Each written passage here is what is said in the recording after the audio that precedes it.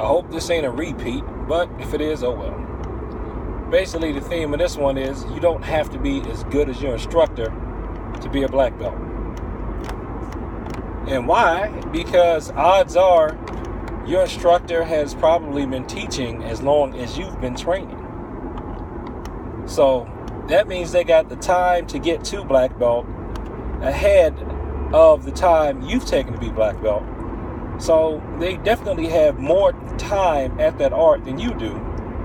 So why should you compare yourself to somebody whose time in the art is way longer and way deeper than yours, even if you're supposedly going to be the same rank?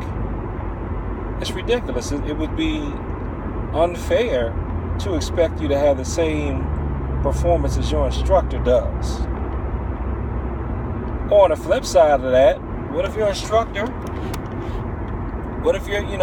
wants you to be better than he or she is at physical demonstrations because your instructor now has some type of health condition that limits their movement and you're fully able-bodied?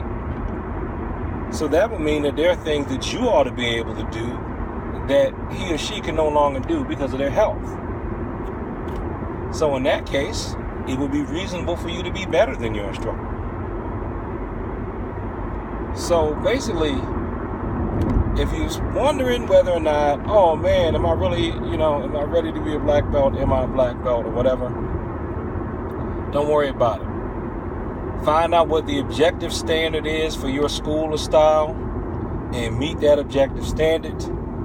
If you've met that objective standard and they've signed off on you meeting that objective standard, then whether you're the best in the world or not, whether you're the next Bruce Lee or Cynthia Rothrock, whether you're the next Muhammad Ali or Kimbo Slice,